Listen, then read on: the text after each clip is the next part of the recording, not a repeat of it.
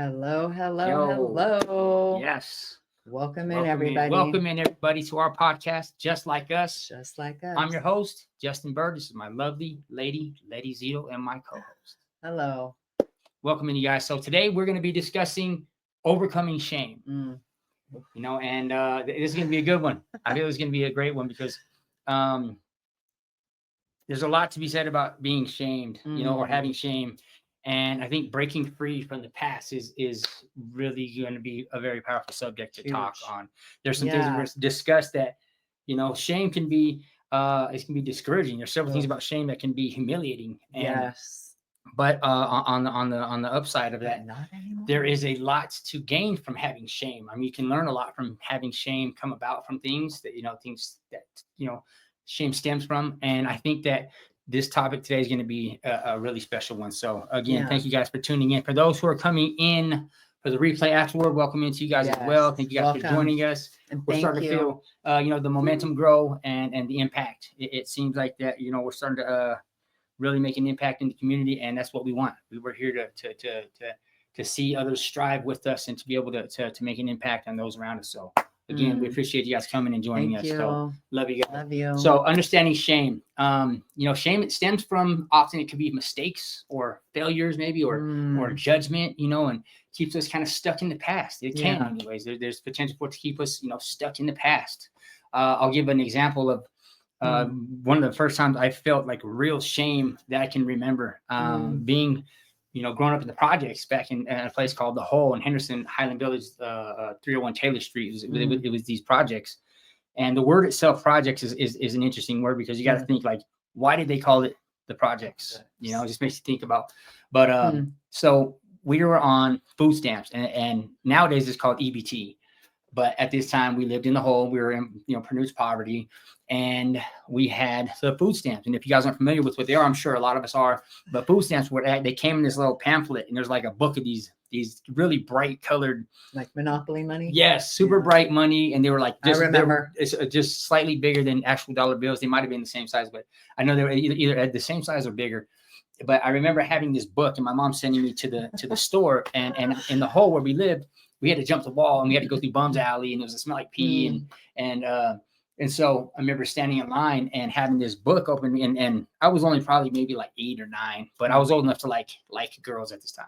And I remember there was a girl standing, behind me, and I didn't want to be the one to go first because I'm flipping out this book with these.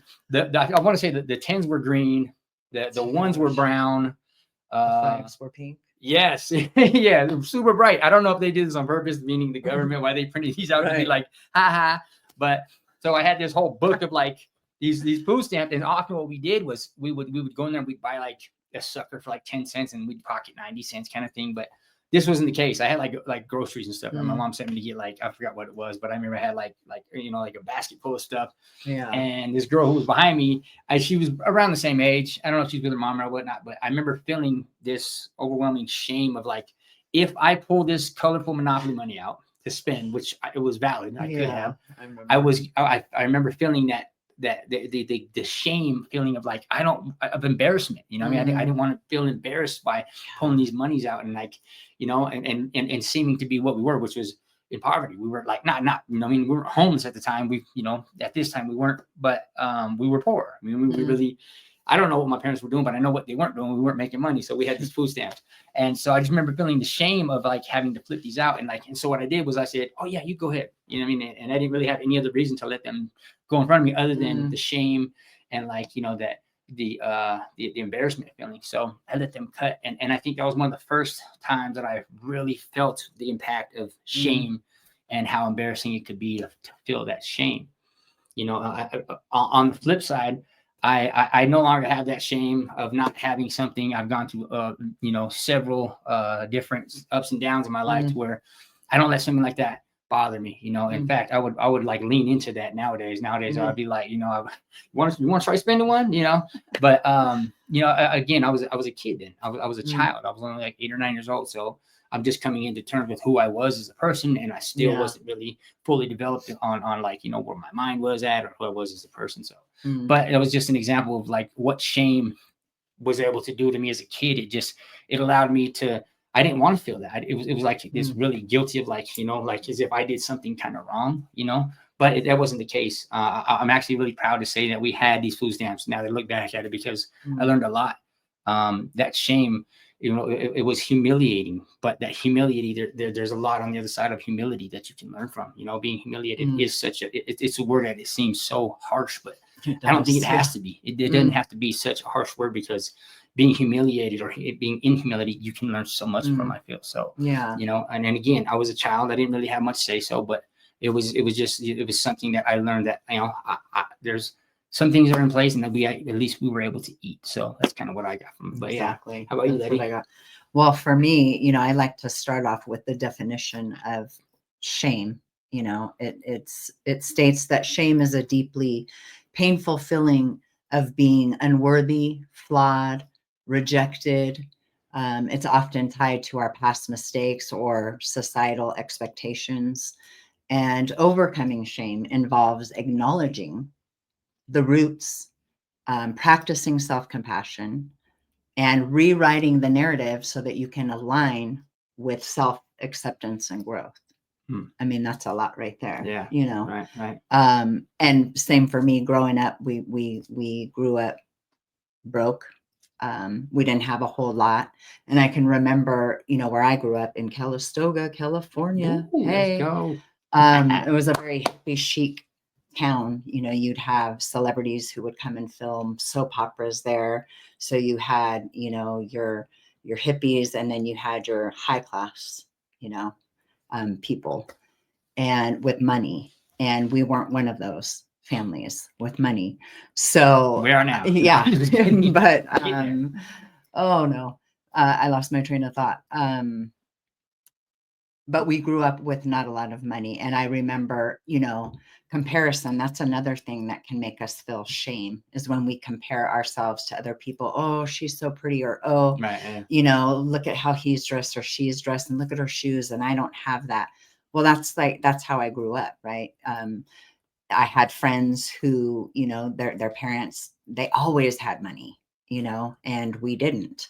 And I remember shopping at, Kmart. You did not want to be seen shopping at Kmart where I was from. And then, there were so many of us that, my parents couldn't afford to get all of us the clothes that we wanted. Oftentimes, I had to wear the same clothes, 2 or 3 times in that week, just to make sure I had something to wear. And, whether anybody else was, comparing me, I was comparing me. And that's really where the story of shame starts, right? Is within you. Right. Yeah. Whether it's something you have done in the past, or, you're comparing yourself, or if, someone else has done something to you that causes you to feel rejected, or, you start this narrative in your mind, and, I can look back on that now and I can laugh, but it wasn't very funny then. It was it impacted my self-esteem, my self-confidence, even my Anxiety, self-worth. I had, depression, I had already pretty much right out the gate started feeling less than and not worthy, because I wasn't wearing name brand clothes. And I can remember another time when I got a job where I could start to afford to buy some things for myself.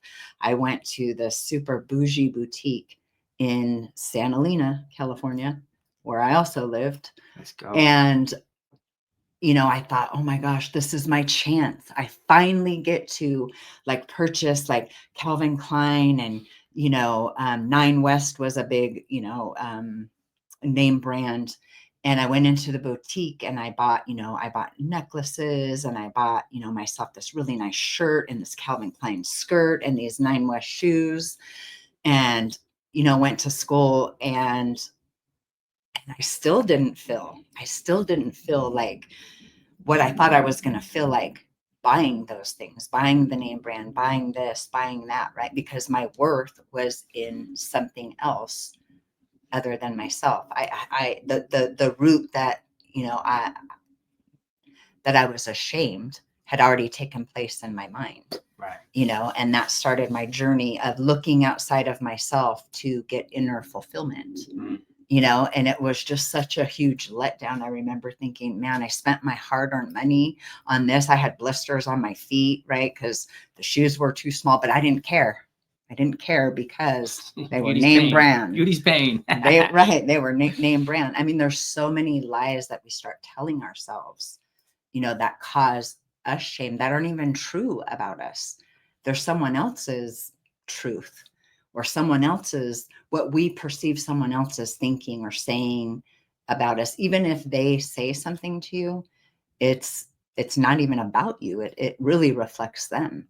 Right. And this is kind of how I was able to start letting go of shame. I started to question it when I would feel it, of course, as an adult. Right.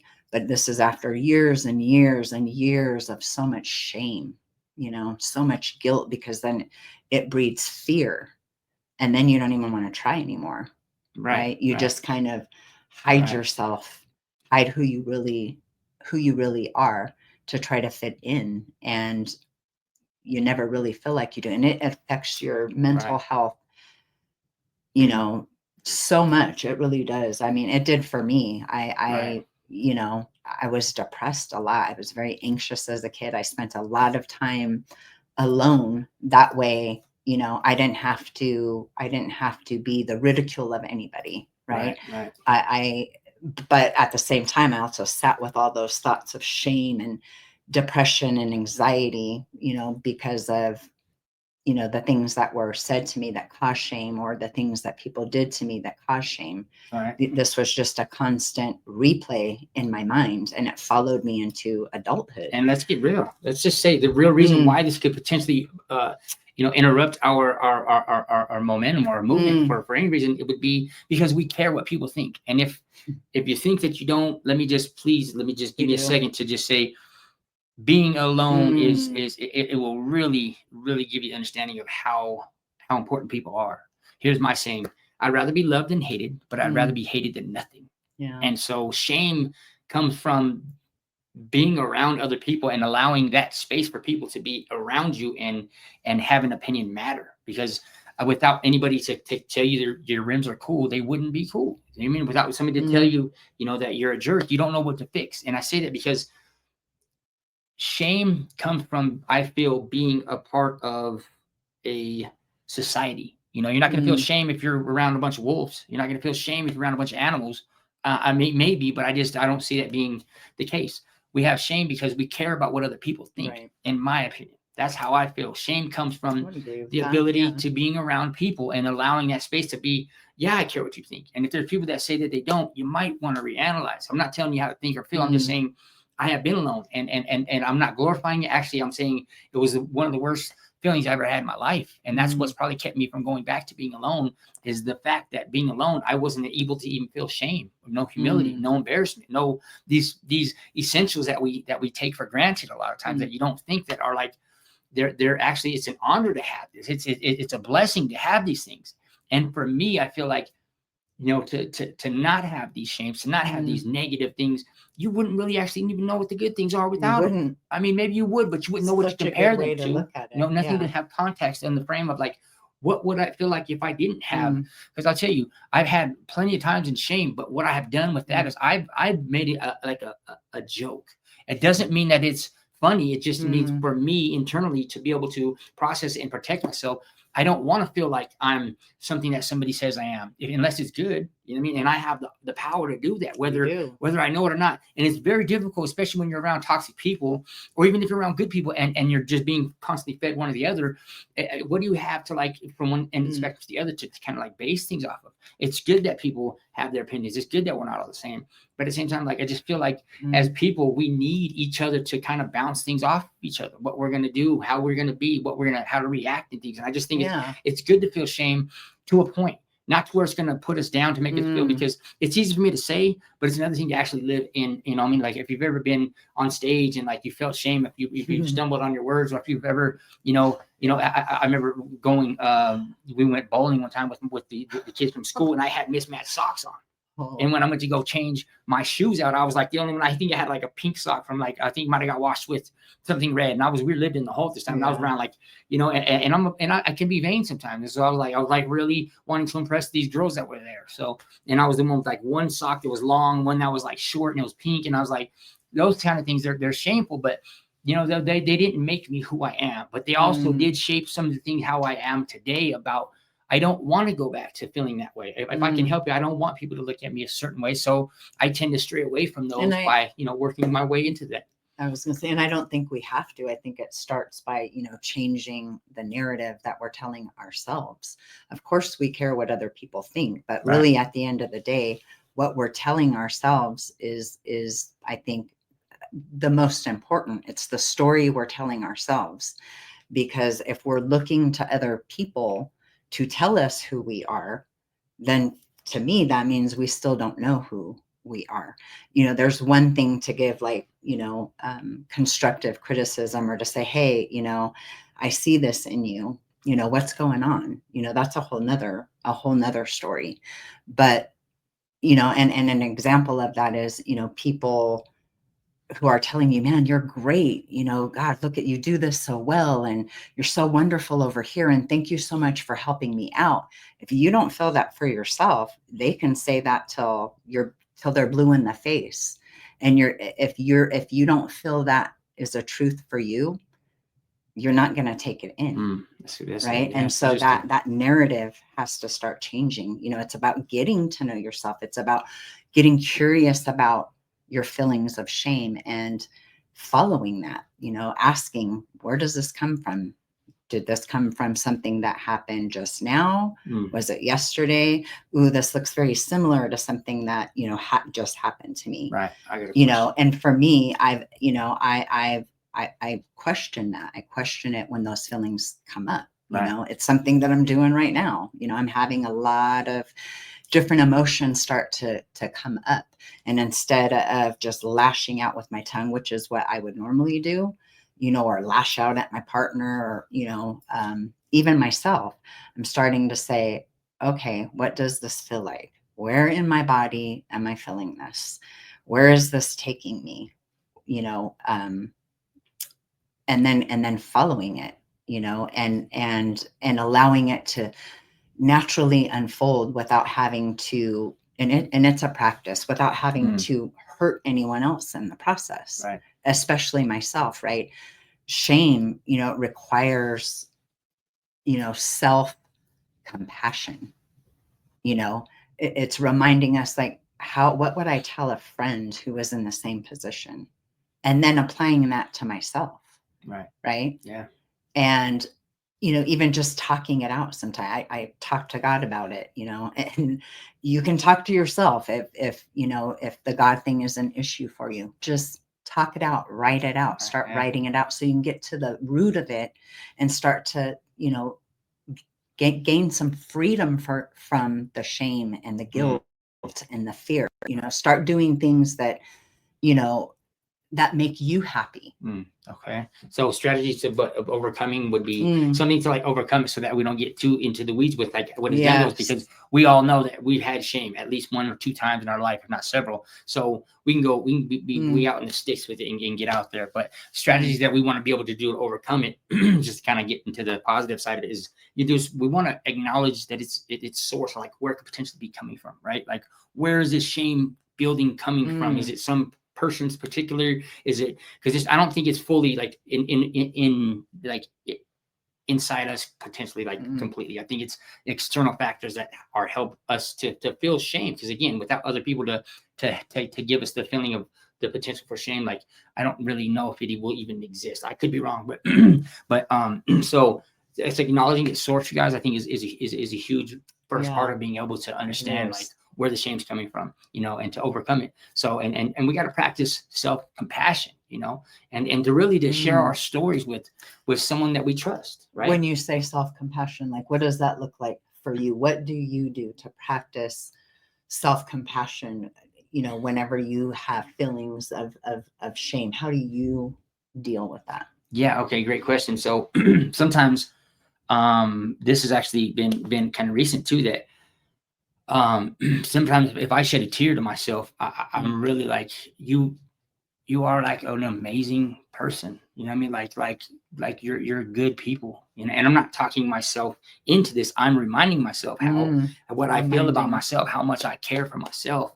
And however it seems from the outside looking in, I don't so much mind that. I really do enjoy who I am. I really like who I am as a person at the core from the outside in, and vice versa, because I do have humility. I have felt shame. I felt embarrassment. I felt all these emotions, and I've also felt happy. I've also felt, all these nourishing feelings that I love about me too. And when it comes to it, like, I really remind myself of like, I'm really good. I'm good people. I'm good people because I know who I am, and I can say that because I know me better than anyone else does. So I know how good of a person I am. And again, I've got flaws. I've got things about me that I can do better with, but the core overall, Justin that I know is phenomenal. He's a good brother. He's a lover. He's a fighter in the best way. I fight for what I want, but I love people, and I feel that in my heart of hearts, like I'm blessed to be here, and I think the world is blessed to have me. You know what I mean? I feel like I add a lot of value to this world, and so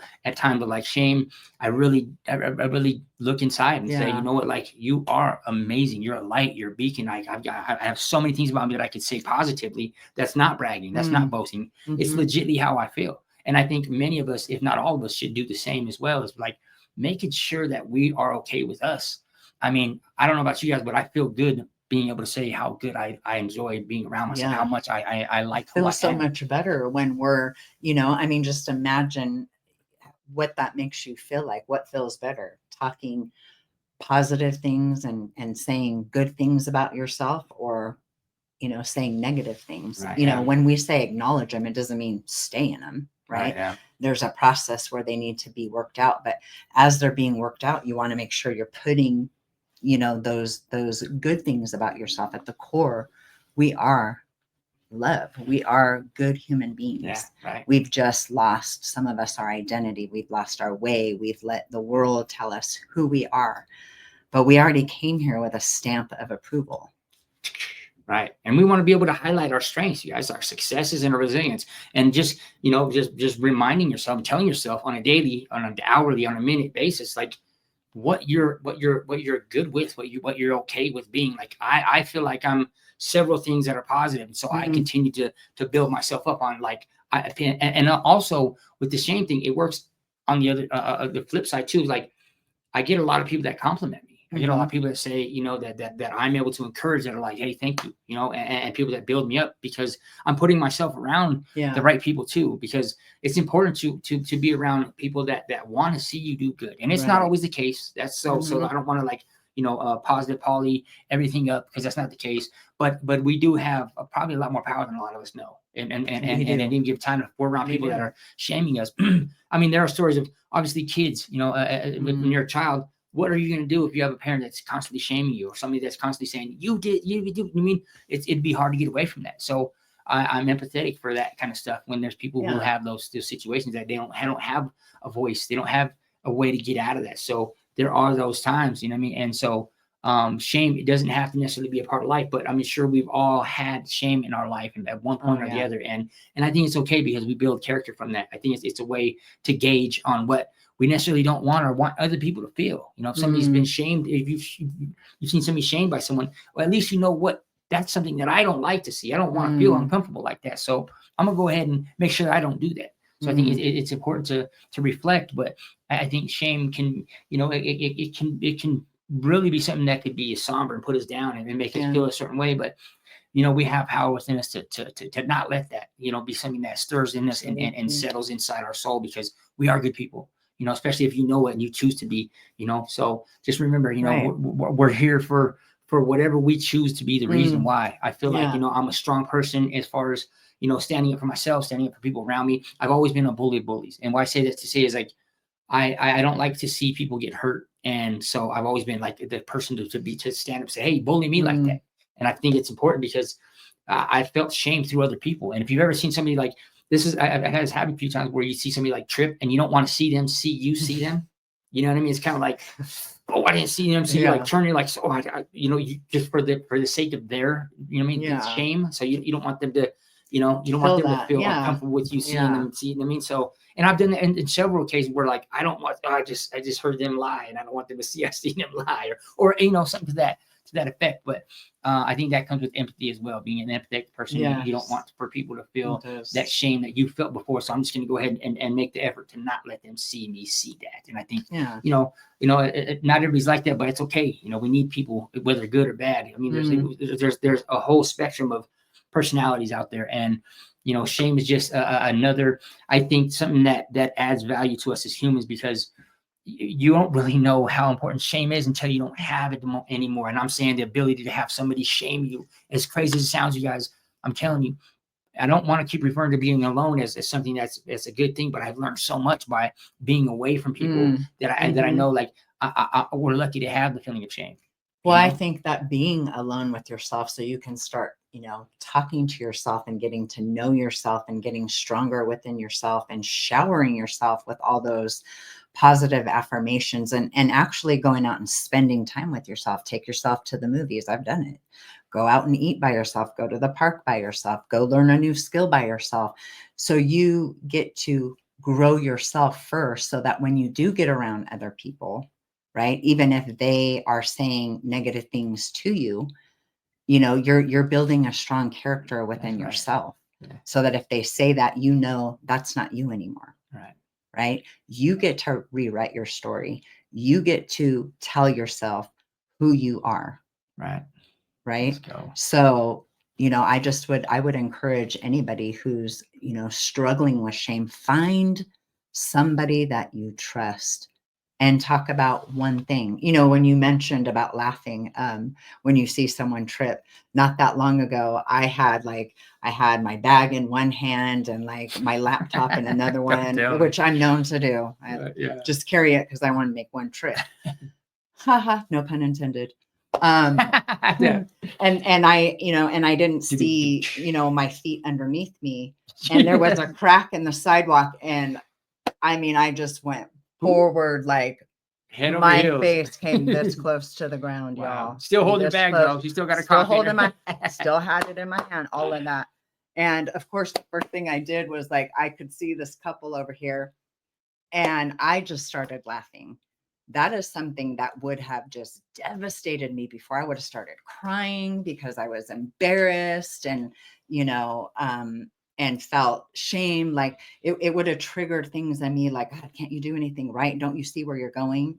These are narratives that I'm talking about that play in your head. But instead, because I'm doing the inner work, I could laugh at that. I was like, dang, I hope nobody saw me. But if they did, that was a freebie. You're welcome. There you go, And so, learn to laugh at yourself too. Life doesn't always have to be so serious or so daunting. And, life is hard enough. We need some laughter and some light, get out there, dance, go for a walk, get your headphones on and dance. Will people look at you funny? They might, but it's really none of your business. At least they're looking at you. At least you got people looking at you. Some people are okay with it. I have one of my lifelong friends, Chris. He is okay with like being, solitary. But we actually went snowboarding the other day, and I asked him about that. I said, how do you feel about still like going off and being alone? And he's got 4 daughters, and he's like, I don't feel the same way anymore. I don't want to go off and be off on a desert island or something by myself anymore, because my attitudes change, my mind's changed, and I feel like we're constantly changing. Like if people say that money don't change, where things don't change, but I think that I change with every interaction I have somebody, even if it's a minute bit. Like I feel like with every interaction I have with people, and I have a lot of interactions with people. Today alone, I probably must have talked to at least 100 people, like legit. And hopefully it's for the better. I think I always have a lot of people that laugh. I wanted to. I could see that. They do. Yeah, and I love stopping and talking, to people, strangers, and people that I know. And listen, your mind, your heart, your body knows when something is good for you and when something isn't good for you. Right. Yeah. Go towards the things that are making you feel, follow the breadcrumbs that uplift you and make you feel good about yourself. Right, and move away from the things, that don't. And be that person that does that as well. Like, and we're not telling you what to do or how to be, but I'm saying in this day and age, it's like there's so helpful. Yeah. There's so much negative. Like, why add to that?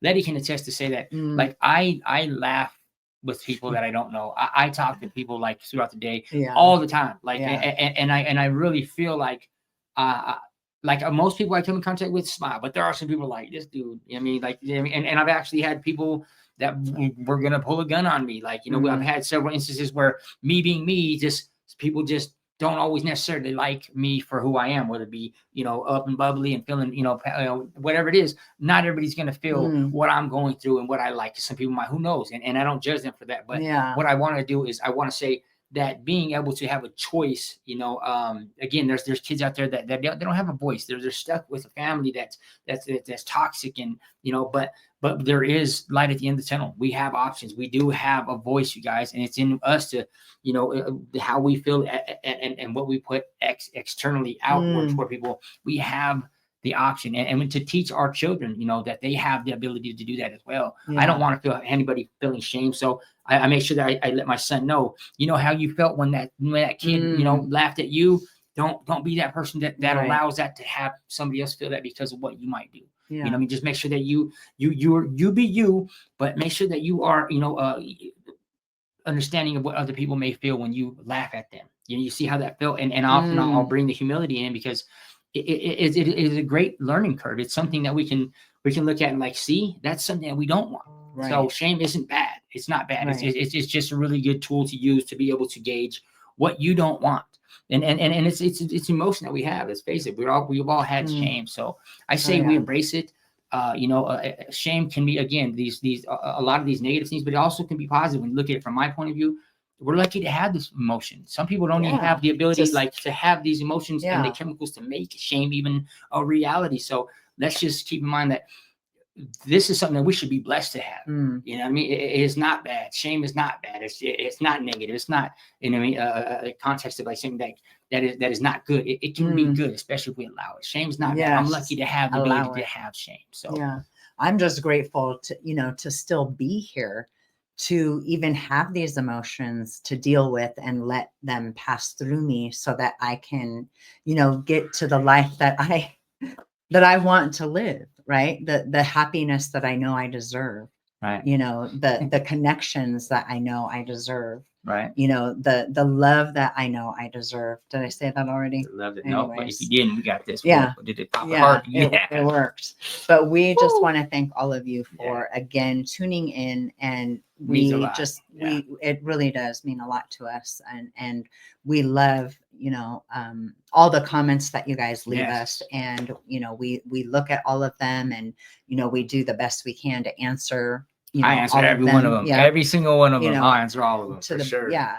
And so we just we thank you again for tuning in, because this doesn't work without all of you being on here too. Otherwise, we're just having a conversation, and we are anyway. And we learn too as we're going as well. There's a lot of things that but the things that we speak on, we have a lot of knowledge about as well. This is why we're here, because we want to give light to the things that we've been through and we've experienced with we consider ourselves as coaches, because we want you guys to be able to see what we've gone through, so that potentially you can learn from these and not have to go through these, or to go through them and experience it for the plus side, because we've seen a lot of beautiful things, no different than anyone else. Just saying, like, we're standing up here doing this on a weekly basis because we feel like we make impact, and we enjoy having you guys here with us, seeing the comments and the engagement that we have, and it really does create a full circle effect of us continuously doing this because of the positive impact that I feel like we're starting to make. So let's continue to do this journey together.